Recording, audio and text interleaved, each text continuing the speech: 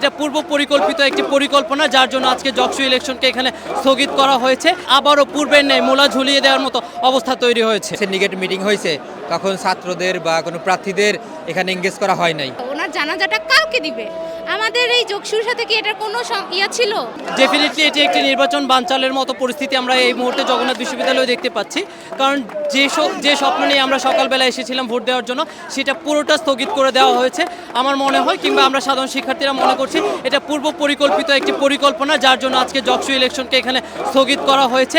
নির্দিষ্ট একটা প্যানেল থেকে ওইটা হতে পারে, যেটা সাধারণ শিক্ষার্থীরা ধারণা করছে। জগন্নাথ বিশ্ববিদ্যালয় 38 বছর পর কেন্দ্রীয় ছাত্র সংসদ নির্বাচন পেতে যাচ্ছিল, সেটা আজকে এখানে স্তীমিত করা হয়েছে এবং স্থগিত করা হয়েছে। এক্ষেত্রে আমরা মনে করছি সাধারণ শিক্ষার্থীদের অধিকার আদায়ের যে লড়াই ছিল, সেটা অনেকাংশে আবারও পূর্বের ন্যায় মূলা ঝুলিয়ে দেওয়ার মতো অবস্থা তৈরি হয়েছে। ডেফিনেটলি এটা প্রশাসনের ব্যর্থতা হিসেবেই কাউন্ট করব আমি, কারণ একজন সাধারণ শিক্ষার্থী হিসেবে যেহেতু এখন পর্যন্ত আমরা জকসুর দৃঢ় বন্ধনের আস্থায় শক্তিশালী স্টিলের আরেকটি নাম জেডএসআরএম হওয়ার কোনো পসিবিলিটি দেখছি না, কিংবা তারা এখন পর্যন্ত কোনো গ্রিন সিগন্যাল দেয়নি।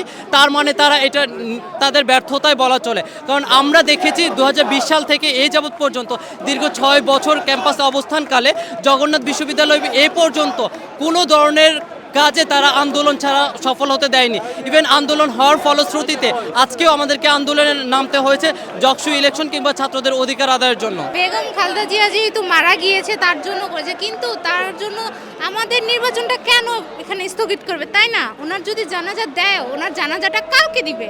আমাদের এই জকসুর সাথে কি এটার কোনো ইয়া ছিল? কোনো রিলেশন ছিলই না। কেন এটা বন্ধ করা হবে? এতগুলা মানুষ এত ঠান্ডাকে উপেক্ষা করে আসছে।